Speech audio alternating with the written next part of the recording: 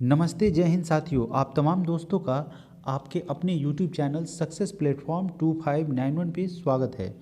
दोस्तों, इस वीडियो में हम आरबीडी के सेट नंबर 6 को डिस्कस करेंगे, जिसके अंतर्गत जीके, जीएस और करंट अफेयर्स के प्रश्न को यहाँ पे सॉल्व किया जाएगा। इससे पूर्व हम लोगों ने सेट नंबर 1 से 5 तक के वीडियो को यहाँ पे साथियों अपलोड किया हुआ है ऑलरेडी डिस्कशन के साथ। इसके अलावा अगर बात करें साथियों, तो प्लेटफॉर्म का सेट भी 10 से 11 तक, यानी कि 1 से लेकर 10 तक साथियों अपलोड किया गया है डिस्कशन के साथ। अगर आप उस सेशन को मिस किए हैं तो डिस्क्रिप्शन में उसका लिंक भी प्रोवाइड कर दिया जाएगा। साथ ही साथ साथियों उस प्लेलिस्ट का भी लिंक यहाँ पे डिस्क्रिप्शन बॉक्स में दे दिया जाएगा। तो साथियों उसे आप लोग वहाँ से देख लें, और चैनल के साथ अगर पहली बार जुड़े हैं तो चैनल को सब्सक्राइब जरूर करें और वीडियो को लाइक करेंगे और अधिक से अधिक साथियों शेयर करेंगे, ताकि जो भी बिहार एसएससी के अभ्यर्थी हैं, परीक्षा की तैयारी कर रहे हैं, उन्हें इस क्लास से अधिक लाभ मिल पाए। तो चलिए शुरुआत करते हैं प्रश्न संख्या 1 के साथ। पहला प्रश्न है, सिंधु घाटी सभ्यता के लोग को किस धातु की जानकारी नहीं थी? साथियों, सिंधु घाटी जब सभ्यता थी उस दौरान जो है लोहा का कहीं से जिक्र नहीं है, लोहे से लोग अवगत नहीं थे। उस दौरान साथियों कांसे की धातु जो है, कांसे की धातु प्रचलित थी। ठीक है, लोहे से लोग वहाँ पे अवगत नहीं थे।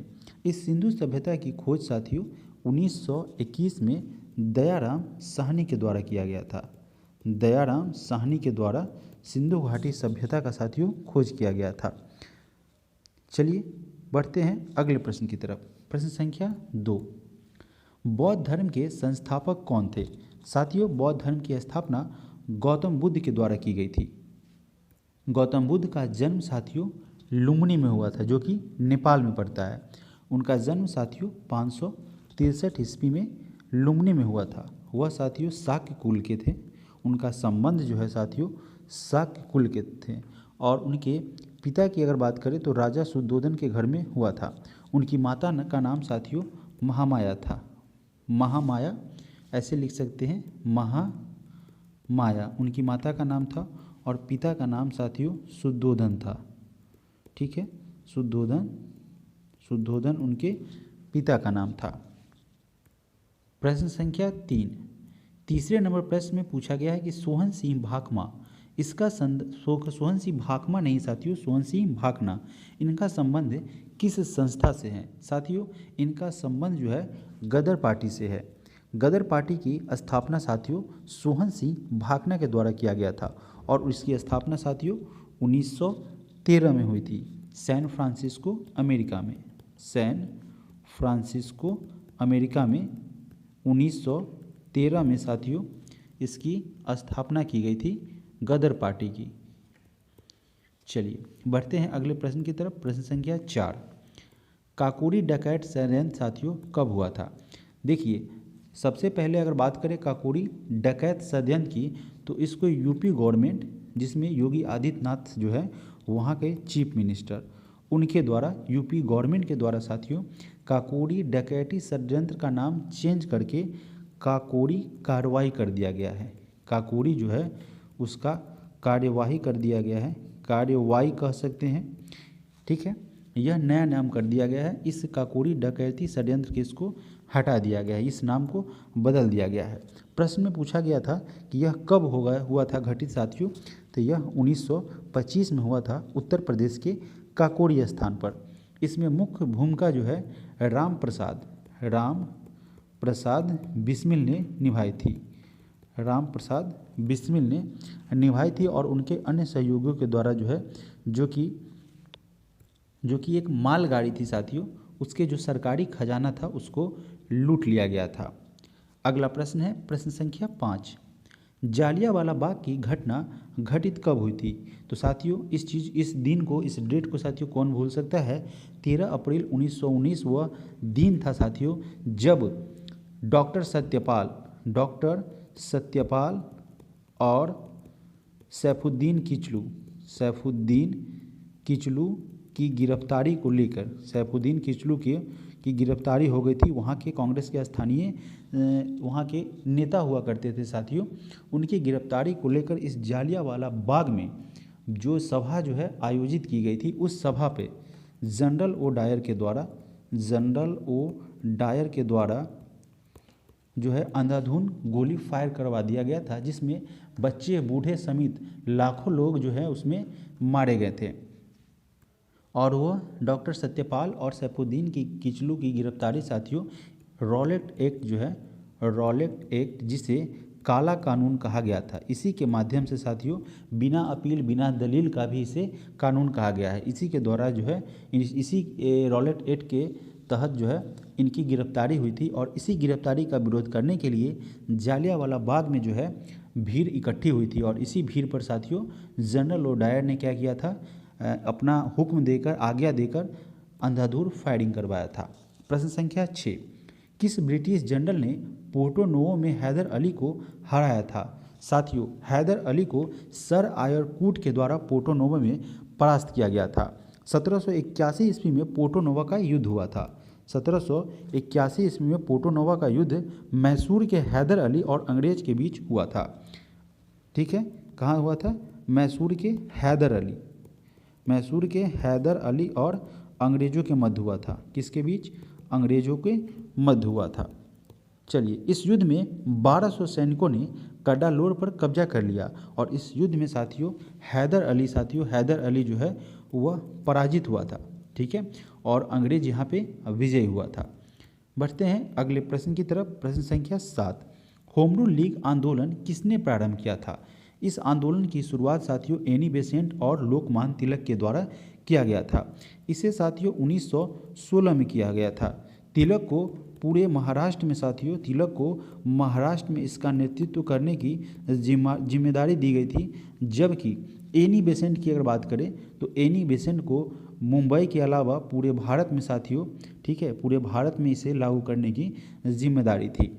अगला प्रश्न है प्रश्न संख्या 8, निम्नलिखित में से कौन सा चित्र साथियों पूछा गया है कि निम्नलिखित में से कौन सा चित्र लियोनार्डो द विंची के द्वारा नहीं बनाया गया है? अब देखिए साथियों यहाँ पे बनाया गया है नहीं पूछ रहा है, कौन नहीं बनाया गया है? साथियों लास्ट सपर, मोनालिसा और वर्जिन ऑफ रॉक्स, इसको बनाया था लियोनार्डो द विंची के द्वारा, जबकि लास्ट जजमेंट की अगर बात करें साथियों, इस लास्ट जजमेंट को मिशेलिंग गिलो के द्वारा बनाया गया था। मिशेलिंग गिलो ने लास्ट जजमेंट को बनाया था, जबकि मोनालिसा, वर्जिन ऑफ रॉक्स और लास्ट सपर जो है वह लियोनार्डो द विंची की कृति है, लियोनार्डो द विंची की रचना है। चलिए बढ़ते हैं अगले प्रश्न की तरफ। फ्रांस में पेरिस कम्यून की स्थापना कब की गई थी? इसकी स्थापना साथियों 1871 में हुई थी। यह एक क्रांतिकारी आंदोलन था जिसका महत्व फ्रांस के सामंतवासी, जितने भी सामंतशाही जो शासक थे, आधिपत्य थे, उससे पेरिस के सर्वहारा वर्ग उनके द्वारा अपने आप को स्वतंत्र करने के लिए था। साथियों जो पेरिस के सर्वहारा वर्ग थे उन पर फ्रांस के सामंतशाही का क्या था? आधिपत्य था, अधिकार था। उनसे उन्हें मुक्त कराने के लिए साथियों पेरिस कम्यून की स्थापना की गई थी 1871 में। प्रश्न संख्या 10, लोकतंत्र को सफल बनाने के लिए पूछा गया है कि क्या करना चाहिए? ठीक है, तो लोकतंत्र को सफल बनाने के लिए साथियों बहुत से कार्य है, जैसे कि बेरोजगार को रोजगार, ठीक है, उसके अलावा अगर बात करें तो सुदृढ़ पंचायती राज, यानी कि वेल मैनेज, बेहतर ढंग से संचालित होने वाला पंचायती राज जो है उसे डेवलप करना होगा, और नागरिकों को ईमानदार और उत्तरदायी यानी कि ऑनेस्ट और रिस्पॉन्सिबल होना होगा, तभी साथियों लोकतंत्र है जो सफल हो सकता है। लोकतंत्र साथियों खतरे से बच सकता है। प्रश्न संख्या 11 नंबर प्रश्न में है संविधान के लागू होने के समय। साथियों संविधान के लागू होने के समय निम्न आदर्शों में से किसको प्रस्तावना में सम्मिलित नहीं किया गया था? साथियों उस समय स्वतंत्रता, समानता और न्याय था, जबकि समाजवादी साथियों उस समय इसमें इंक्लूड नहीं किया गया था। इसे 42वें संविधान संशोधन 1976 के द्वारा साथियों इसे शामिल किया गया था। इस 42वें संविधान को साथियों लघु संविधान के नाम से भी जानते हैं। एग्जामिनेशन में डायरेक्ट पूछा गया है कि किस संविधान को लघु संविधान के नाम से जानते हैं, तो हमारा आंसर होगा 42वां संविधान संशोधन। और प्रश्न में आपसे यह भी पूछा जाता है कि 42वां संविधान संशोधन कब हुआ था, तो आप इसे याद रखेंगे 1976 में। चलिए बढ़ते हैं अगले प्रश्न की तरफ। प्रश्न संख्या 12, भारतीय संविधान का कौन सा भाग राज्य के नीति निर्देशक सिद्धांतों को बताता है? तो साथियों इस भाग 4 में साथियों 36 से 51 तक में राज्य के नीति निर्देशक तत्वों का उल्लेख किया गया है, जबकि साथियों इस भाग 4 में, ठीक है, जबकि अगर बात की जाए तो भाग 3 में साथियों यहाँ पे 12 से लेके 35 तक, ठीक है, 12 से 35 तक साथियों आपको मौलिक अधिकार, ठीक है, मौलिक अधिकार का जिक्र किया गया है। मौलिक अधिकार का साथियों 12 से 35 तक में जिक्र किया गया है, जबकि भाग 4 के आर्टिकल 36 से 51 में नीति निर्देशक तत्वों की बात कही गई है, नीति निर्देशक तत्वों का जिक्र किया गया है। तो चलिए इसके अलावा अगर बात की जाए साथियों तो नीति निर्देशक सिद्धांत है साथियों वह प्रवर्तनीय नहीं है, ठीक है, वह न्यायालय में साथियों चेंजेबल नहीं है, प्रवर्तनीय नहीं है। प्रश्न संख्या 13, संविधान में किस संशोधन के द्वारा संपत्ति के अधिकार को मौलिक अधिकारों की सूची से हटा दिया गया था? तो इन्हें साथियों 44वें संविधान संशोधन के द्वारा इसे हटाया गया था। यह भी साथियों 1976 में ही हुआ था। 1976 में 44वें संविधान संशोधन के तहत संपत्ति का जो अधिकार है उसे मूल अधिकार यानी कि फंडामेंटल राइट्स में से वहाँ से हटा दिया गया था। यह जो 44वां संविधान संशोधन है वह साथियों आर्टिकल 31 के माध्यम से हुआ था। अनुच्छेद 31 में इसका अब केवल क्या है, सिर्फ कानूनी अधिकारिता का जिक्र है। अनुच्छेद 31 में सिर्फ कानूनी अधिकार का वहाँ पे क्या है, उल्लेख है। प्रश्न संख्या 14 नंबर प्रश्न कह रहा है कि डैश की नियुक्ति भारत के राष्ट्रपति के द्वारा नहीं की जाती। साथियों देखिए, महान्यायवादी जिसे अटॉर्नी जनरल ऑफ इंडिया कहते हैं उसकी नियुक्ति जो है वह राष्ट्रपति करते हैं। इसके अलावा साथियों राज्यपाल की बात करें तो इसकी नियुक्ति राष्ट्रपति करते हैं। उच्चतम न्यायालय के न्यायाधीश की नियुक्ति जो है वह साथियों राज्यपाल करते हैं। लेकिन साथियों महाधिवक्ता की अगर बात करें तो इसकी नियुक्ति जो है वह राज्यपाल के द्वारा की जाती है। इसकी नियुक्ति जो है वह राज्यपाल के द्वारा की जाती है और यह साथियों आर्टिकल 165 के माध्यम से राज्यपाल के द्वारा इनकी नियुक्ति होती है। चलिए बढ़ते हैं अगले प्रश्न की तरफ। प्रश्न संख्या 15। साथियों वीडियो अच्छा लग रहा है, एनालिसिस आपको अच्छा लग रहा है तो प्लीज़ साथियों लाइक करेंगे और आपका एक लाइक मेरे लिए बहुत मायने रखता है। तो लाइक करने में कंजूसी ना करें, दिल खोल के लाइक करें और वीडियो को अधिक से अधिक शेयर करें, अपना प्यार अवश्य दें। और साथियों सुझाव अगर हो तो सुझाव भी कमेंट कर सकते हैं। कहीं आपको कुछ यहाँ पे कमी लग रही है उसके एवज में, चाहे साथियों बेहतर है इसके एवज में, कुछ भी तरीके का साथियों पॉजिटिव जो है और रिस्पेक्टफुल कमेंट जरूर करेंगे। चलिए बढ़ते हैं अगले प्रश्न की तरफ। प्रश्न संख्या 15। निम्नलिखित राज्यों में से उस युग्म को चुनिए जो लोकसभा में सबसे ज़्यादा प्रतिनिधि भेजते हैं। साथियों वैसे तो आप जान रहे हैं कि यूपी से सबसे ज़्यादा जानता है, लेकिन यहाँ पे यूपी से लोकसभा से सबसे ज़्यादा सदस्य होते हैं। लेकिन अकॉर्डिंग टू ऑप्शन अगर चलेंगे तो देखिए यहाँ पे ऑप्शन में बिहार का जिक्र कहाँ पे है, एक बी में है, ठीक है, और यहाँ पे सी में नहीं है और डी में है। तो बी और डी तो यहाँ से आपका बन रहा है, चूँकि यूपी आपको कहीं दिखाई नहीं दे रहा है। अगर आपको एग्जैक्ट डाटा साथियों नहीं याद है फिर भी आपका आंसर साथियों या तो बी या तो सी होगा, ऐसे आप एलिमिनेट कर सकते हैं।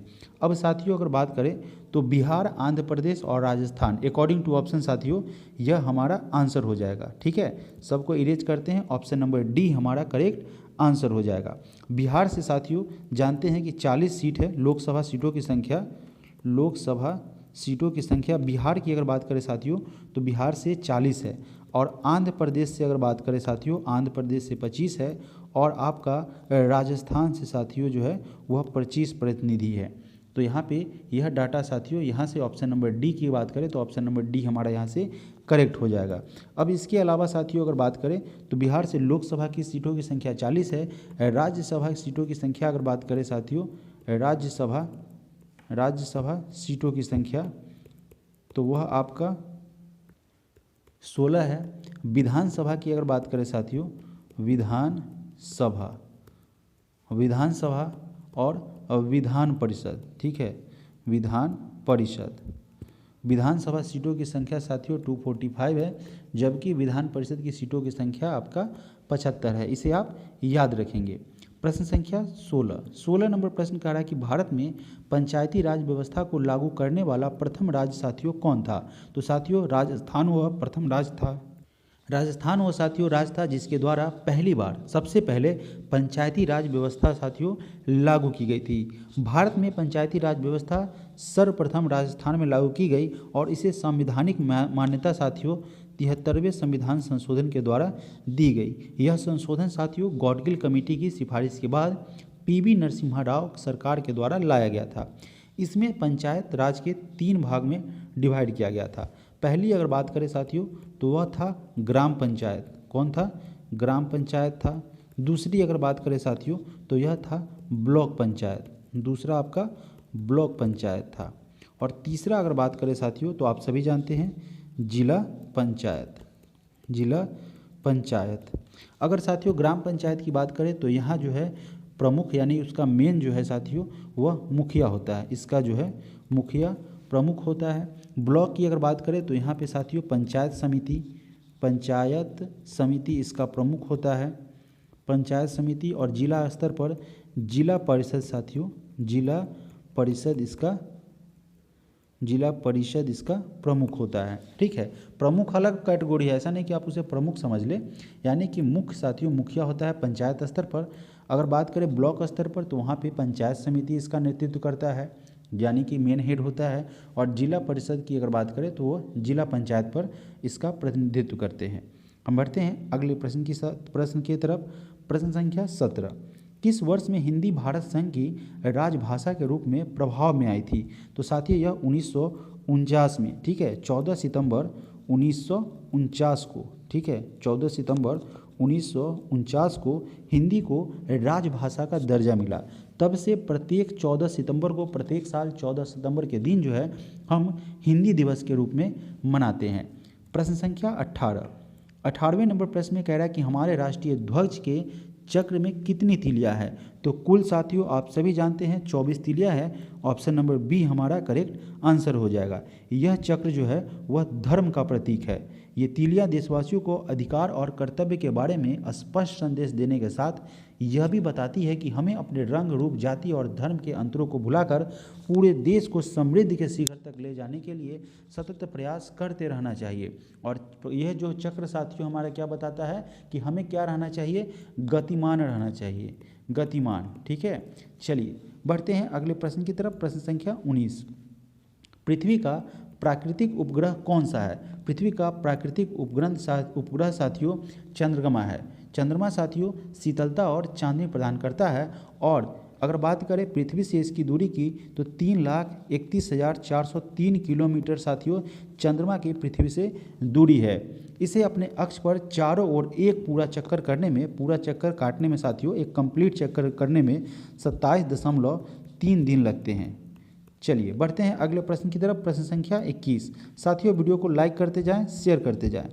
प्रश्न संख्या 21 में कह रहा है कि निम्नलिखित में से कौन सी ग्रीन हाउस गैस नहीं है। आप जानते हैं साथियों यहाँ पे अगर बात करें नाइट्रोजन की साथियों तो नाइट्रोजन आपका ग्रीन हाउस गैस नहीं है, जबकि सल्फर डाइऑक्साइड, कार्बन डाइऑक्साइड और मीथेन आपका क्या है, ग्रीन हाउस गैस है। नाइट्रोजन पृथ्वी पर पौधों एवं पेड़ों के लिए अत्यंत ही महत्वपूर्ण साथियों जो है गैस है। पृथ्वी पर नाइट्रोजन की सबसे अधिक संख्या की अगर बात करें तो वह साथियों 78% है। इस गैस की खोज 1773 में साथियों स्कॉटलैंड के वैज्ञानिक जो है वह साथियों डेनियल रदरफोर्ड के द्वारा की गई थी। डेनियल रदरफोर्ड ने साथियों नाइट्रोजन की खोज की थी। प्रश्न संख्या 22।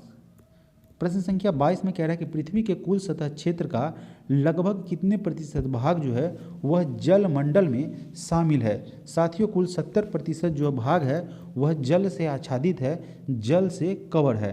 पृथ्वी की सतह पर जो पानी है उसमें 97% सागरों और महासागरों में है, जो कि साथियों नमकीन है और पीने के काम नहीं आ सकता। 97% अगर बात करें साथियों वह पानी पीने योग्य नहीं है। पीने योग्य 97% पानी जो है वह नहीं है।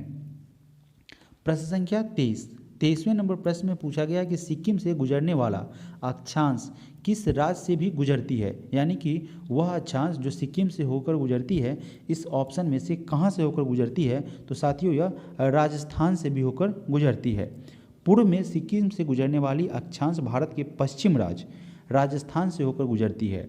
कंचनजंगा राष्ट्रीय उद्यान सिक्किम में ही स्थित है। प्रश्न संख्या 24 नंबर प्रश्न में पूछा गया है कि नाथुला दर्रा डैश राज्य में स्थित है। साथियों नाथुला दर्रा की बात करें, यह साथियों सिक्किम में पड़ता है। ऑप्शन नंबर ए हमारा करेक्ट आंसर हो जाएगा। 1962 में जब भारत और चीन का युद्ध हुआ था तो इसे साथियों बंद कर दिया गया था और पुनः इसे साथियों 2006 में दोबारा व्यापार हेतु साथियों खोल दिया गया था। और यहाँ पर चीन के साथ जो है 80% जो है व्यापार का जो भी होता है, जो मतलब वहाँ से ट्रांसपोर्टेशन का कार्य होता है, वह भारत और चीन के बीच जो है यह 80% व्यापार का कार्य जो है वह साथियों नाथुला दर्रा के द्वारा ही संपन्न होता है। नाथुला दर्रा ही यहाँ से गुजरने का, वहाँ का व्यापार का संचालन का एक प्रमुख क्या है साथियों, रास्ता है।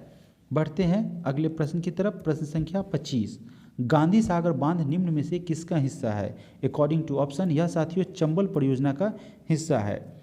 गांधी सागर जो बांध है वह भारत का चंबल नदी पर बना हुआ प्रमुख 4 बांधों में से एक है। यह बांध मध्य प्रदेश राज्य के मंदसौर नीमच जिलों में स्थित है। कहाँ पे है? मंदसौर और नीमच जिलों में स्थित है। मंदसौर और नीमच जिलों, इसकी ऊंचाई 62 मीटर है। अगर इसकी हाइट की बात करें तो इसकी ऊंचाई साथियों 62 मीटर है। प्रश्न संख्या 26, भाखड़ा, हीराकुंड, नागार्जुन सागर और उपकाय क्रमशः किस पर स्थित है? तो यह साथियों सतलज, महानदी और कृष्णा और ताप्ती नदी पर यह स्थित है। भारतीय अर्थव्यवस्था में रोडवेज परिवहन का मुख्य सहयोग, रोडवेज परिवहन की अगर बात करें, इसके अलावा साथियों अगर उसे छोड़ करके हम सेपरेट बात करते हैं, ठीक है, सेपरेट बात करते हैं। अगर साथियों हम बात करें भाखड़ा की तो यह साथियों कहाँ पे है? सतलुज पर स्थित है। इसके अलावा अगर हम हीराकुंड की बात करते हैं तो हीराकुंड साथियों महानदी पर स्थित है। महानदी और नागार्जुन बांध जो है, नागार्जुन बांध वह साथियों कृष्णा नदी पर स्थित है, यानी कि कृष्णा नदी पर बना हुआ है। और भाखड़ा नांगल बांध जो है वो भारत का सबसे बड़ा गुरुत्वीय बांध है। तो अकॉर्डिंग टू ऑप्शन हमारा आंसर हो जाएगा 26 का option number C, Sutlej, Mahanadi और कृष्णा और ताप्ती। ऑप्शन नंबर सी यहाँ से करेक्ट आंसर है। प्रश्न संख्या 27, भारतीय अर्थव्यवस्था में परिवहन का मुख्य साधन क्या है? साथियों इस दौरान सबसे मुख्य परिवहन का साधन जो है वह रोडवेज है। सड़क मार्ग के द्वारा जो है वह सबसे ज़्यादा जो है जो कि परिवहन की कार्य किया जाता है, परिवहन का कार्य संपन्न होता है, जो कि भारतीय अर्थव्यवस्था में एक प्रमुख जो है रोल अदा करता है। प्रश्न संख्या 28, भारत की केंद्र सरकार ने 2018 को डैश का राष्ट्रीय वर्ष घोषित करने का निर्णय लिया है। तो यह साथियों भारत की केंद्र सरकार के द्वारा जो है वह मोटे अनाजों का वर्ष घोषित 2018 को करने का निर्णय लिया गया है। राष्ट्रीय वर्ष घोषित करने का उद्देश्य क्या है साथियों? कि मोटे अनाज, जिसे साथियों मिलेट्स कहा जाता है, मिलेट्स अनाज, इसको प्रोत्साहित देने के लिए, ताकि इसे इंटरनेशनल मार्केट में,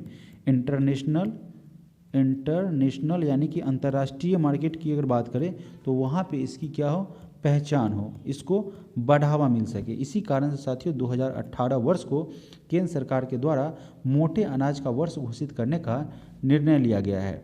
प्रश्न संख्या 29, हरित क्रांति की अगर बात करें तो हरित क्रांति के साथियों जनक हैं नॉर्मन बोरलॉग, जो कि आपका ऑप्शन नंबर बी हमारा यहाँ से करेक्ट आंसर बनेगा। प्रश्न संख्या 30, गुजरात का कौन सा शहर सर्वोच्च आबादी वाला है? गुजरात का अहमदाबाद शहर जो है वहाँ पे सबसे अधिक जनसंख्या वाला शहर है। तो ऑप्शन नंबर डी हमारा करेक्ट आंसर बनेगा। यहाँ रहने वाले महज 24% यानी कि 24% जो है वह प्रवासी मजदूर है, जो कि साथियों अन्य राज्यों से आए हैं, ठीक है, अन्य राज्यों से आए हैं साथियों, अन्य देशों से भी आए हुए हैं। इन सभी को मिला के कुल साथियों 24% जो है वह प्रवासी है।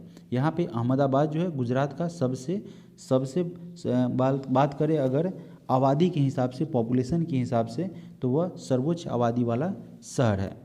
प्रश्न संख्या 31, यदि सरकार कीमत सीलिंग निर्धारित करती है जो सामान्य कीमत से अधिक है तो साथियों क्या होगा? यानी कि साथियों इस कंडीशन की अगर बात करें तो इस कंडीशन में जो है वह मांग जो है, मांग की बात यानी कि डिमांड की बात करें, डिमांड जो है वह डिमांड मात्रा पूर्ति की मात्रा से क्या हो जाएगी साथियों?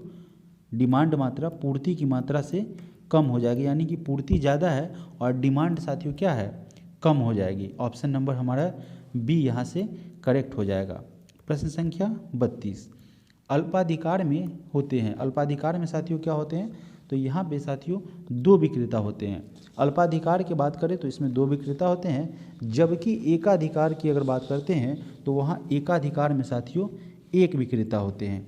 प्रश्न संख्या 33 नंबर प्रश्न है कि 1930 में सीवी रमन ने डैश के लिए नोबेल पुरस्कार जीता था। साथियों इन्हें रमन प्रभाव के लिए, यानी कि रमन प्रभाव के लिए भौतिक शास्त्र के क्षेत्र में इन्हें नोबेल पुरस्कार से 1930 में सम्मानित किया गया था। इस इफेक्ट को रमन इफेक्ट भी कहा जाता है। उन्हें भारत सरकार के द्वारा 1954 में भारत रत्न से सम्मानित किया गया था। 1930 में उन्हें नोबेल पुरस्कार मिला था और 1954 में उन्हें भारत रत्न पुरस्कार से सम्मानित किया गया था। प्रश्न संख्या 34 नंबर प्रश्न कह रहा है कि निम्नलिखित में से कौन सा एकांकी संकलन विष्णु प्रभाकर जी का नहीं है? यानी कि कौन सा साथियों जो संकलन है इसमें से वह विष्णु प्रभाकर का नहीं है। देखिए, इंसान, क्या वह दोषी था, प्रकाश और परछाई, इन्हें साथियों विष्णु प्रभाकर जी के द्वारा लिखा गया है। जबकि अगर बात करें बादलों के पार, ठीक है, तो यह साथियों विष्णु प्रभाकर के द्वारा नहीं लिखा गया है। तो ऑप्शन सी हमारा यहाँ से करेक्ट आंसर बनेगा। प्रश्न संख्या 35, भारत में राष्ट्रीय दूध दिवस इस दिन मनाया जाता है, यानी कि किस दिन जो है वह नेशनल मिल्क डे मनाया जाता है? 26 नवंबर की तारीख है साथियों। इस दिन डॉक्टर वर्गीज कुरियन को भारत के श्वेत क्रांति के जनक के रूप में जाना जाता है और इनका जन्म साथियों 26 नवंबर को ही हुआ था और इन्हीं के जन्मदिन के उपलक्ष्य पर जो है इस दिन राष्ट्रीय दूध दिवस के रूप में, यानी कि नेशनल मिल्क डे के रूप में 26 नवंबर को सेलिब्रेट किया जाता है। प्रश्न संख्या 36, ओडिशा से प्रारंभ एक प्राचीन लोक नृत्य कौन सा है? साथियों उड़ीसा से घूमर जो है वह लोक नृत्य फेमस हुआ था। तो हमारा ऑप्शन नंबर डी यहाँ से करेक्ट आंसर हो जाएगा। इसकी उत्पत्ति इसी राज्य के उड़ीसा राज्य के कालाहांडी जिले से हुई थी। नृत्य राज्य की संस्कृति और परंपराओं और विभिन्न समाजों को प्रदर्शित करने का एक तरीका है, एक माध्यम है अपनी सभ्यता और संस्कृति को प्रदर्शित करने का। प्रश्न संख्या 37, फूलों के संवर्धन के विज्ञान को क्या कहा जाता है? साथियों फूलों के संवर्धन के विज्ञान को फ्लोरिकल्चर कहते हैं। ऑप्शन नंबर सी हमारा यहाँ से करेक्ट आंसर हो जाएगा। ओरिकल्चर की अगर बात करें तो साथियों इसका संबंध सब्जी से है। ओरिकल्चर का संबंध जो है वह सब्जी के उत्पादन से है। और साथियों फलों के अध्ययन को पोमोलॉजी कहते हैं और साथियों फूलों के अध्ययन को फ्लोरोलॉजी के नाम से जानते हैं। तो हमारा ऑप्शन क्या था? फूलों के संवर्धन, तो इसे फ्लोरिकल्चर कहते हैं। ऑप्शन नंबर सी हमारा यहाँ से करेक्ट आंसर बनेगा। प्रश्न संख्या 38, कोशिकीय पुंसकता की अवधारणा जो है वह प्रस्तुत करने वाले वैज्ञानिक कौन थे? यानी किस वैज्ञानिक के द्वारा साथियों कोशिकीय पुंसकता की अवधारणा को प्रस्तुत किया गया था? तो इन्हें हैबरलैंड के द्वारा प्रस्तुत किया गया था। गोटलिब हर्बरलैंड ने टोटीपोटेंसी की खोज की थी। उन्हें प्लांट टिश्यू कल्चर के जनक के रूप में जाना जाता है और उन्होंने यह विचार दिया था कि पौधे की जो कोशिकाएं टोटीपोंटा होती है और वो क्या करते हैं, पूरे पौधे को जन्म दे सकती है। यह सिद्धांत को हैबरलैंड महोदय के द्वारा क्या किया गया था? डेवलप किया गया था, खोज किया गया था अथवा विकसित किया गया था। प्रश्न संख्या 39, दांतों के उचित निर्माण के लिए आवश्यक है। तो साथियों यहाँ पे आयरन की ज़रूरत होती है और एक चीज़ मेरे हिसाब से अगर बात करें, अगर कैल्शियम हो, ठीक है, तो कैल्शियम भी हमारा क्या हो जाएगा? करेक्ट आंसर बनेगा। अकॉर्डिंग टू ऑप्शन की अगर बात करें तो यहाँ ऑप्शन नंबर ए यानी कि लोहा करेक्ट आंसर हो जाएगा। आयरन जो है यानी कि लौह तत्व की अगर बात करें, वह विटामिन जो है अच्छे मौखिक स्वास्थ्य के लिए लाभदायक होते हैं, आवश्यक होते हैं। आयरन दांतों को मजबूत रखने में मदद करता है और विटामिन दांत और मसूड़ों को स्वस्थ करता है।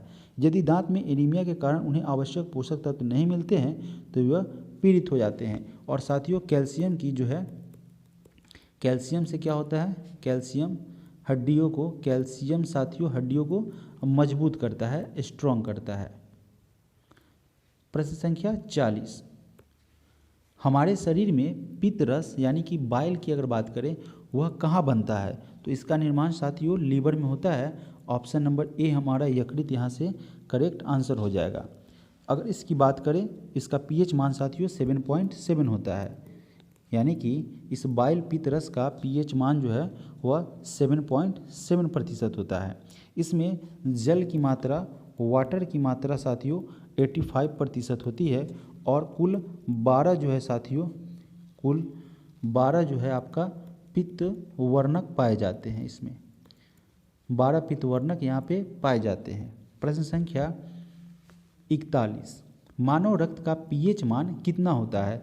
मानव के मनुष्य के रक्त का पीएच मान साथियों 7.4 होता है। जब भी पीएच का स्केल 7 से अगर कम होता है तो वह अम्लीयता को दर्शाता है, और अगर 7 से अधिक हो, देखिए 7 यहाँ है साथियों, 7 से कम हो, ठीक है, और 7 से अधिक हो, ठीक है, 7 से कम और 7 से अधिक, तो जब 7 से अधिक होगा तो क्षारीय होगा, याद रखेंगे, और 7 से कम होगा तो अम्लीय होगा। अगर इस तरीके से आपको याद हो जाएगा तो पीएच मान याद रखना बेहतर हो जाएगा। 7 पॉइंट पीएच मान की अगर बात करें तो अब बताइए, वह 7 से ज़्यादा है तो यह क्षारीय होता है, और रक्त का पीएच मान 7.4 होता है, जो कि रक्त क्या है, क्षारीय है अथवा अम्लीय है, तो हमारा आंसर हो जाएगा क्षारीय है। प्रश्न संख्या 42, हड्डी एक उदाहरण है। हड्डी किसका उदाहरण है साथियों, तो यह संयोजिक ऊतक का उदाहरण है। मानव शरीर में एक अंग को दूसरे अंग से जोड़ने का कार्य जो है वह संयोजिक ऊतक का है। संयोजिक ऊतक शरीर को एक ढांचा प्रदान करते हैं, यानी कि एक स्ट्रक्चर तैयार करते हैं। उसी में साथियों प्रोटीन के माध्यम से मसल्स होता है, मसल्स ग्रोथ करता है और वह पूरे शरीर का निर्माण हो पाता है। प्रश्न संख्या 43, प्राकृतिक चयन यानी कि नेचुरल सिलेक्शन का सिद्धांत किसने दिया था। इस सिद्धांत को साथियों चार्ल्स डार्विन को दिया गया था। प्राकृतिकवाद का सिद्धांत की अगर बात करें तो इसे चार्ल्स डार्विन ने प्रस्तावित किया था। चार्ल्स डार्विन ने साथियों जोर देकर कहा कि एक आबादी में हमेशा विभिन्न प्रकार के लक्षणों के आधार पर कई जो है विभिन्नताएं देखने को मिलती हैं। इसलिए प्रकृति उन सबसे अनुकूल जीवों का चयन करती है जिनके पास अगली पीढ़ी के लिए माता पिता बनने का अधिक मौका होता है। अगला प्रश्न है प्रश्न संख्या 44, 44 नंबर प्रश्न कह रहा है कि पराबैंगनी विकिरणों के हानिकारक प्रभाव से मनुष्य रूप यानी कि मुख्य रूप से क्या चीज़ हो सकता है। तो साथियों इससे कैंसर होने का खतरा जो है बढ़ जाता है। धीरे धीरे स्किन कैंसर होता है और होते होते जो है यह कैंसर का भयानक रूप ले लेता है। सूरज की अल्ट्रावायलेट रे जो है वह स्किन में एंट्री करने के साथ साथ डीएनए को नुकसान पहुंचाती है। प्रश्न संख्या 45, ब्रायोफाइटा पादप सामान्यतः पाए जाते हैं। यह साथियों सामान्यतः नम एवं छायादार आवासों में पाए जाते हैं। ब्रायोफाइटा पादप, ब्रायोफाइटा पौधे। ब्रायोफाइटा को पादप जगत का उभयचर भी कहा जाता है क्योंकि ये भूमि पर जीवित रहते हैं। यह नम छायादार पहाड़ियों पर, नम दीवारों पर भी पाए जाते हैं, इसलिए इन्हें उभयचर भी कहा जाता है। प्रश्न संख्या 46, निम्नलिखित में से कौन सा एक कार्बोहाइड्रेट नहीं है। अकॉर्डिंग टू ऑप्शन अगर बात करें तो ग्लाइसिन जो है वह एक कार्बोहाइड्रेट नहीं है। यह जो है ग्लूकोज, माल्टोज और फ्रक्टोज कार्बोहाइड्रेट है। ग्लाइसिन एक कार्बोहाइड्रेट नहीं है बल्कि क्या है, ग्लूकोज, माल्टोज और फ्रक्टोज कार्बोहाइड्रेट है। यहाँ पे अगर बात करें साथियों तो यह सुक्रोज, फ्रक्टोज और ग्लूकोज, ठीक है, क्योंकि बोलेंगे जब तक लिखेंगे नहीं तो आपको समझ में भी नहीं आएगा। तो यह सभी के सभी फ्रक्टोज, ग्लूकोज और सुक्रोज यह आपका कार्बोहाइड्रेट आता है, कार्बोहाइड्रेट आता है, ठीक है। कार्बोहाइड्रेट की श्रेणी में आता है, और यह ग्लाइसिन जो है वह साथियों प्रोटीन की श्रेणी में आता है। ठीक है, तो ऑप्शन नंबर सी हमारा यहाँ से करेक्ट आंसर होगा। प्रश्न संख्या 47, हरित गृह प्रभाव किस गैस के अधिक मात्रा में होने से बढ़ता है? यानी कि ग्रीन हाउस गैस की अगर बात करें, इसका किस गैस के अधिक मात्रा में होने से ग्रीन हाउस गैस का प्रभाव अधिक बढ़ता है? ठीक है, तो इससे गर्मी अधिक होती है, पॉल्यूटेड होता है, और साथियों वातावरण को नुकसान पहुंचता है, जीवों को नुकसान पहुंचता है। यहाँ पे हो जाएगी कार्बन डाइऑक्साइड जो है उसकी अधिकता के कारण। CO2 हमारा इसका मुख्य घटक होता है, वैसे तो बहुत सारे होते हैं, लेकिन CO2 इसके अधिकता होने से जो है हरित गृह प्रभाव ग्रीन हाउस गैस की अधिकता होने से साथियों इसका असर अधिक देखने को मिलता है। यह गैस वातावरण में 0.5% जो है उस दर से क्या हो रहा है, इंक्रीज हो रहा है। 0.5% की दर से यह इंक्रीज हो रहा है। प्रश्न संख्या 48, एम्पियर डैश, एम्पियर जो है साथियों किसकी इकाई है? अगर हम बात करें एम्पियर की तो यह हमारा वैद्युत धारा की इकाई है। वैद्युत धारा की अगर बात करें साथियों तो एम्पियर प्रतीक ए है। एम्पियर को साथियों एम्पियर से ऐसे लिखते हैं ना, तो इसका प्रतीक क्या कर देते हैं, ए कर देते हैं, तो हमारा इसका प्रतीक ए है। 1 करंट प्रति सेकंड के बराबर वैद्युत प्रवाह की एसआई आधार इकाई होती है।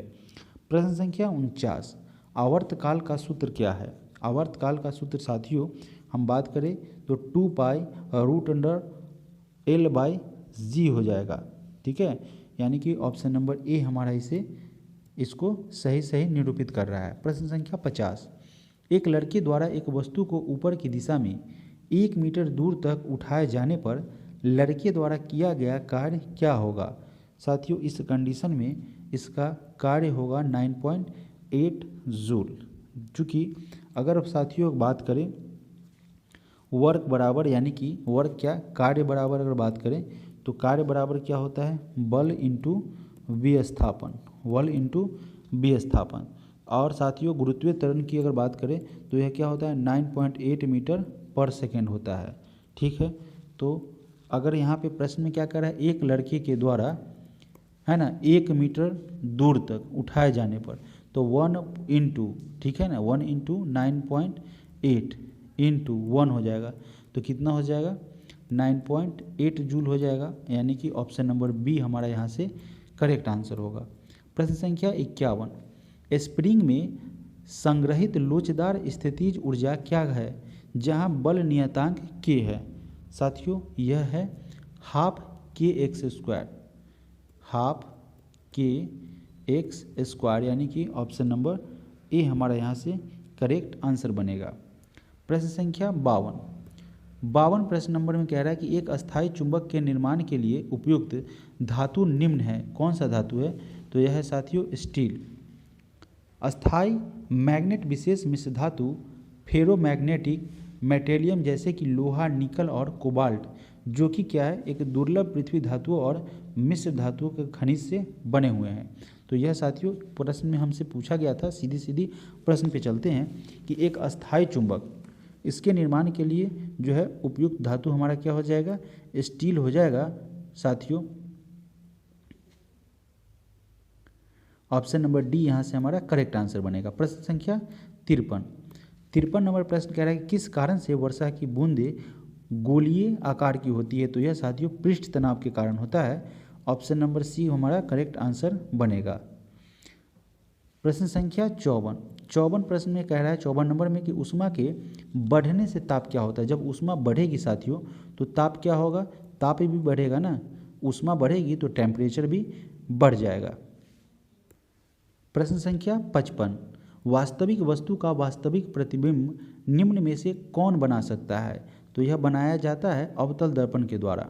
वास्तविक छवियों को अवतल दर्पण और अभिसारी लेंसों के द्वारा निर्मित किया जाता है, केवल तभी जब वस्तु को दर्पण लेंस से केंद्र बिंदु से अधिक दूर रखा जाता है और यह वास्तविक छवि साथियों उल्टी होती है। प्रश्न संख्या 56, वैद्युत धारा उत्पन्न करने के लिए प्रयुक्त युक्ति, प्रयुक्त मेथड क्या कहलाती है? वैद्युत धारा की अगर बात करें तो इसे जनरेटर के द्वारा भी उत्पन्न किया जाता है। तो हमारा यहाँ पे आंसर क्या हो जाएगा, ऑप्शन नंबर ए। वैद्युत धारा उत्पादन के लिए जनरेटर का यूज करते हैं। ठीक है, यह साथियों क्या करता है, यांत्रिक ऊर्जा को प्रश्न में यह भी पूछा जाता है साथियों, यांत्रिक ऊर्जा को वैद्युत ऊर्जा में बदल देता है, वैद्युत ऊर्जा में बदलता है। प्रश्न संख्या 57, निम्नलिखित में से संसाधन का कौन सा तरीका दुग्ध तथा दुग्ध उत्पादों के परीक्षण में प्रयोग किया जाता है। तो साथियों इस दौरान जो है पाश्चुकरण जो है उस मेथड का यूज किया जाता है। इसमें क्या होता है, एक निश्चित ताप पर, ठीक है ना, एक उच्च तापमान पर अगर बात करें, हाई टेम्परेचर पर दूध को गर्म कर लिया जाता है। ठीक है, और उसके बाद जो है उसे तुरंत ठंडा कर लिया जाता है, जिसके कारण जो है साथियों सूक्ष्म जीव निष्क्रिय हो जाते हैं। ठीक है, और निष्क्रिय हो जाते हैं और इस विधि को पाश्चुरीकरण कहते हैं। ऑप्शन नंबर सी हमारा यहाँ से करेक्ट आंसर होगा। प्रश्न संख्या 58, द्रवों का घनत्व नापने के लिए किस उपकरण का उपयोग किया जाता है। द्रवों का घनत्व साथियों हाइड्रोमीटर के माध्यम से मापा जाता है। यह एक उपकरण है जिसके मदद से द्रव का जो है वह घनत्व मापा जाता है। दाब मापने के लिए साथियों बैरोमीटर का यूज करते हैं। प्रश्न संख्या 59, परमाणु के केंद्रक के चारों ओर इलेक्ट्रॉन बिना ऊर्जा खोए घूमते हैं। यह किस वैज्ञानिक के द्वारा बताया है। इसको बोहर महोदय के द्वारा प्रतिपादित किया गया है। डेनमार्क के वैज्ञानिक है, भौतिक वैज्ञानिक नील्स हेनरिक डेविड बोहर, जिन्होंने क्वांटम विचार के आधार पर हाइड्रोजन परमाणु के स्पेक्ट्रम की व्याख्या की थी। नाभिक के द्रव बूंद मॉडल के आधार पर उन्होंने नाभिकीय विखंडन का एक सिद्धांत प्रस्तुत किया था। साथियों 1906 में नोबेल पुरस्कार के द्वारा उन्हें सम्मानित किया गया था, जो कि साथियों जे थॉमसन की अगर बात करें उनको। प्रश्न संख्या 60वें नंबर प्रश्न में कह रहा है कि निम्न में से कौन सी साथियों हास्य गैस है ना। लाफिंग गैस की अगर बात करें तो यह हो जाएगा N2O। ठीक है, हास्य गैस की अगर बात करें साथियों तो यह हो जाएगा नाइट्रस ऑक्साइड। ठीक है, नाइट्रस ऑक्साइड कमरे के तापमान पर एक रंगहीन गैस है। इसमें साथियों कलर नहीं होता है और हल्की धातु की जैसी इसमें गंध और स्वाद होता है। प्रश्न संख्या 61, एल्युमिनियम ऑक्साइड क्या होता है। एल्युमिनियम ऑक्साइड साथियों उभयधर्मी होता है। उभयधर्मी जो है वह क्षारीय तथा अम्लीय दोनों तरह के ऑक्साइड के साथ समान व्यवहार करता है, उन्हें ही साथियों उभयधर्मी कहा जाता है। प्रश्न संख्या 62, KMnO4 में मैग्नीज की ऑक्सीकरण संख्या क्या है। मैग्नीज की ऑक्सीकरण संख्या साथियों 7 है। प्रश्न संख्या 63, सोडियम कार्बोनेट का व्यापारिक नाम साथियों पूछा गया है, तो यह धोने का सोडा उसका व्यापारिक नाम है, यानी कि धोबन सोडा। ऑप्शन नंबर ए हमारा यहाँ से करेक्ट आंसर बनेगा। प्रश्न संख्या 64 नंबर प्रश्न में कह रहा है कि रबर स्टील से अधिक लचीला होता है। ऐसा क्यों होता है साथियों। तो इसका मुख्य कारण है कि प्रतिबल का विकृति से अनुपात अधिक होता है। प्रतिबल का विकृति से अनुपात अधिक होने के कारण रबर स्टील से अधिक लचीला होता है।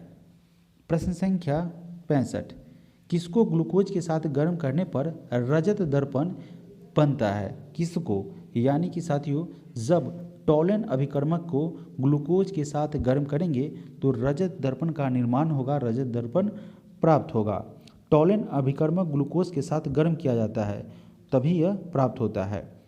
प्रश्न संख्या 66, C60 एक अणु है जिसमें डैश के रूप में व्यवस्थित 60 कार्बन परमाणु होते हैं। प्रश्न में पूछा गया साथियों कि C60 एक अणु है जिसमें डैश के रूप में व्यवस्थित 60 कार्बन परमाणु होते हैं।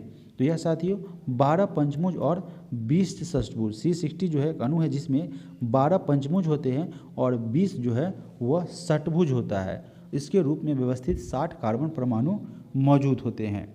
यह साथियों 20 फलक जो है, इसमें 20 फलक की अगर बात करें तो यह षटकोणीय होते हैं। 20 फलक जो है यह षटकोणीय होते हैं और कुल साथियों 32 फलक इसमें होते हैं।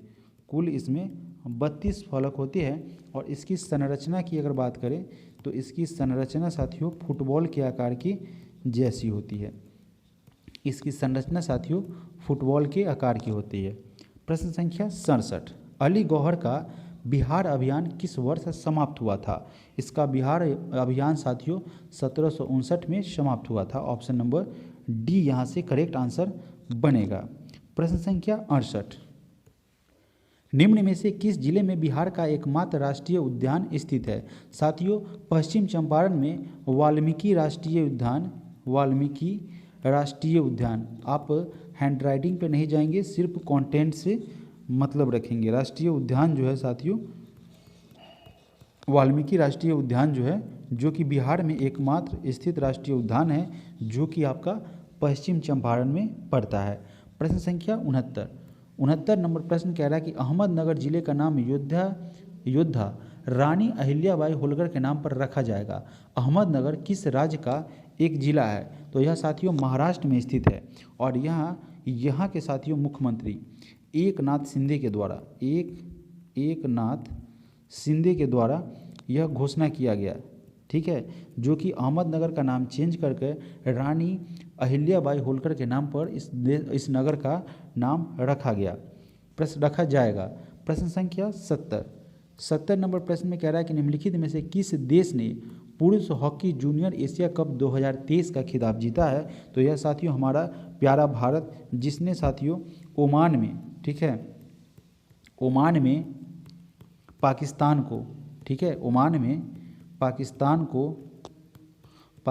को 2-1 से हराकर यह खिताब अपने नाम किया है। भारत के द्वारा कुल 3 बार साथियों 1987 में, इससे पूर्व कुल 3 बार 1987 में, 2000 भारत के द्वारा इससे पूर्व साथियों 2004 में, 1987 बाई मिस्टेकली हो गया था, 2004, 2008 और 2015 में जीता गया था। प्रश्न संख्या 71 नंबर प्रश्न कह रहा है कि केंद्र शासित प्रदेश दादरा और नगर हवेली की राजधानी का नाम बताइए। तो इसकी राजधानी साथियों सिलवासा है। ऑप्शन नंबर डी हमारा यहाँ से करेक्ट आंसर बनेगा। प्रश्न संख्या 72, पटका किस देश की मुद्रा है? साथियों मकाऊ की मुद्रा जो है, मकाऊ की करेंसी, वह आपका पटका है। मकाऊ साथियों चीन के दक्षिणी तट पर है। कहाँ पे है? चीन के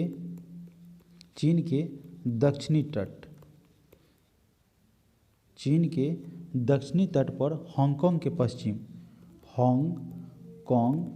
इसके वेस्ट में, इसके पश्चिम में साथियों स्थित है, पर्ल नदी के मुहाने पर। प्रश्न संख्या 73, इनमें से कौन सी ग्लोब पर सबसे लंबी अक्षांश रेखा है? सबसे लंबी अक्षांश रेखा भूमध्य रेखा पर है, जो कि कहाँ है? 0 डिग्री पर है। और उत्तरी ध्रुव और दक्षिणी ध्रुव क्रमशः 90 डिग्री तथा 90 डिग्री उत्तर और 90 डिग्री दक्षिण के मध्य स्थित है। भूमध्य रेखा अक्षांश का सबसे लंबा वृत्त है। प्रश्न संख्या 74, निम्नलिखित में से कौन सी मगध साम्राज्य की राजधानी हुआ करती थी? तो मगध साम्राज्य की राजधानी थी साथियों राजगीर। पूर्व में राजगीर जो था वह मगध राज्य की राजधानी थी। राजगीर पूर्वोत्तर भारतीय राज्य बिहार का एक पुराना शहर हुआ करता था।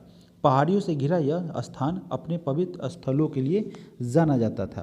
प्रश्न संख्या 75, और हाल में भी साथियों राजगीर जो है वह एक दार्शनिक स्थल पर है। वहाँ अगर बात करें तो महावीर की, है ना, महावीर की मूर्ति भी, यानी कि बहुत बड़ा विशाल प्रतिमा आपको देखने को मिल जाएगा।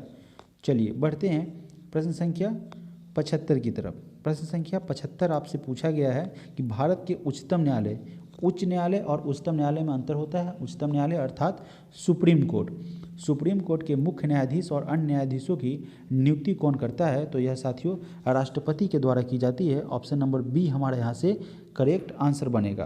प्रश्न संख्या 76, राष्ट्रीय जलमार्ग 2 इनमें से किन 2 स्थानों को जोड़ता है? राष्ट्रीय जलमार्ग 2 के माध्यम से साथियों जो है वह आपका सदिया और धुबरी जुड़ता है। राष्ट्रीय जलमार्ग 2 प्रयागराज और हल्दिया को जोड़ने का काम करता है। ठीक है, यहाँ पे साथियों प्रयागराज और हल्दिया को भी जोड़ा जाता है। इसका आंसर हो जाएगा ऑप्शन नंबर बी। अच्छा सॉरी, डी लग गया था ना, पिछले में डी लग गया था। प्रयागराज और हल्दिया को जोड़ता है राष्ट्रीय राजमार्ग जलमार्ग 2। प्रश्न संख्या 77, वह एकमात्र भारतीय राज्य कौन सा है जिसकी सीमा सिक्किम राज्य से जुड़ी हुई है? यह साथियों पश्चिम बंगाल है। ऑप्शन नंबर ए, सिक्किम की सीमा केवल पश्चिम बंगाल से जुड़ा हुआ है। प्रश्न संख्या 78, उस नदी का नाम बताइए जिस पर इंदिरा सागर बांध जो है वह बना हुआ है। वह नदी है साथियों नर्मदा नदी। नर्मदा नदी पर साथियों इंदिरा गांधी सागर बांध का निर्माण किया गया है। यह साथियों एमपी में पड़ता है, यानी कि मध्य प्रदेश में स्थित है। प्रश्न संख्या 79, पुदुचेरी का लोक नृत्य कौन सा है? पुदुचेरी का लोक नृत्य साथियों गरारी है। भारत के पुदुचेरी केंद्र शासित प्रदेश में गरारी नृत्य जो है, गरारी डांस जो है वह सबसे अधिक फेमस है, सबसे अधिक प्रसिद्ध है। प्रश्न संख्या 80, 2011 की जनगणना के अनुसार भारत का तीसरा सर्वाधिक जनसंख्या वाला राज्य कौन सा है? तो यह साथियों हो जाएगा बिहार। ऑप्शन नंबर सी यहाँ से हमारा करेक्ट आंसर हो जाएगा। ठीक है, उत्तर प्रदेश सबसे अधिक आबादी है। ठीक है, उत्तर प्रदेश में 2011 की जनगणना के अनुसार सबसे अधिक आबादी दर्ज की गई। उसके बाद साथियों महाराष्ट्र का नंबर था। उसके बाद आपका महाराष्ट्र का नंबर था और फिर साथियों तीसरे नंबर पर बिहार का स्थान था 2011 के जनगणना के अनुसार। किसके लिए? जनगणना के लिहाज से अगर बात की जाए, सर्वाधिक जनसंख्या की अगर बात की जाए, उसके लिहाज से भारत का स्थान 2011 की जनगणना के अनुसार तीसरे पायदान पर था। प्रश्न संख्या 81, United nation system staff college का मुख्यालय कहाँ स्थित है? United nation system staff college का मुख्यालय साथियों ट्यूरिन में स्थित है। ऑप्शन नंबर ए हमारा यहाँ से करेक्ट आंसर बनेगा, जो कि साथियों ट्यूरिन इटली में स्थित है। इटली में जगह है ट्यूरिन, वहाँ पे United nation system staff college का हेडक्वार्टर है। प्रश्न संख्या 82, पाकिस्तान की मांग वर्ष डैश में मुस्लिम लीग के लाहौर अधिवेशन में की गई थी? तो साथियों पाकिस्तान की मांग वर्ष 1940 में की गई थी। 1940 में मुस्लिम लीग का जो लाहौर अधिवेशन हुआ था, लाहौर अधिवेशन, उसी में पाकिस्तान की मांग की गई थी। और साथियों रहमत चौधरी अली के द्वारा, यह साथियों चौधरी रहमत अली के द्वारा सबसे पहले पाकिस्तान की मांग की गई थी। प्रश्न संख्या 83, मुरलेन राष्ट्रीय उद्यान किस राज्य में स्थित है? यह साथियों मिजोरम में पड़ता है। मुरलेन राष्ट्रीय उद्यान यह भारत के मिजोरम के चम्फाई जिले में स्थित एक राष्ट्रीय उद्यान है। यह मिजोरम के चम्फाई जिले में पड़ता है। प्रश्न संख्या 84, डैश पृथ्वी का निकटतम तारा है? पृथ्वी का सबसे निकटतम तारा साथियों सूर्य है। ऑप्शन नंबर सी हमारा यहाँ से करेक्ट आंसर हो जाएगा। सूरज के अलावा सबसे नज़दीक सितारा प्रॉक्सिमा सेंचुरी है। प्रॉक्सिमा सेंचुरी सूरज के अलावा सबसे नज़दीक जो है स्थित तारा है, जो कि 4.2 प्रकाश वर्ष की दूरी पर है। 4.2 प्रकाश वर्ष की दूरी पर स्थित है यह प्रॉक्सिमा सेंचुरी, जो कि सबसे नज़दीक आपका सूर्य पड़ेगा। उसके बाद इसी का नंबर आता है दूसरे स्थान पर। तो साथियों इस तरीके से अगर बात करें तो हम लोगों ने 84 प्रश्न पे पहुँचे हैं। इस सेट का अंतिमा प्रश्न साथियों प्रश्न संख्या 86, ये 85 नंबर सॉरी सर, यहाँ पे कह रहा है कि हिमालयन युव, हिमालय का एक युव है, एक यहाँ की अगर बात करें तो यह किस राज्य में पाया जाता है? साथियों यह एक औषधीय पौधा है जो कि हिमाचल प्रदेश और अरुणाचल प्रदेश दोनों जगह यह पाया जाता है। तो यहाँ पे ऑप्शन में साथियों अरुणाचल प्रदेश है, हिमाचल प्रदेश एक साथ नहीं है, तो हमारा ऑप्शन नंबर बी यहाँ से करेक्ट आंसर हो जाएगा। हिमालयन युव जो है एक औषधीय पौधा है, औषधीय पौधा है जो कि आपका अरुणाचल में भी और हिमाचल में भी देखने को मिलता है। इस तरीके से साथियों सेट नंबर 6 के सारे जीके जीएस के प्रश्न को यहाँ पे कंप्लीट किया गया है। आप इस वीडियो को कंप्लीट देखेंगे, फुल एनालिसिस करेंगे। अगर इस प्रश्न का कोई भी उत्तर साथियों अगर गलत निकलता है तो कमेंट करके ज़रूर दें, ज़रूर हमारा मदद करें। आप सभी दोस्तों से इस चैनल पे जुड़ने के लिए बहुत बहुत धन्यवाद। Thank you so much.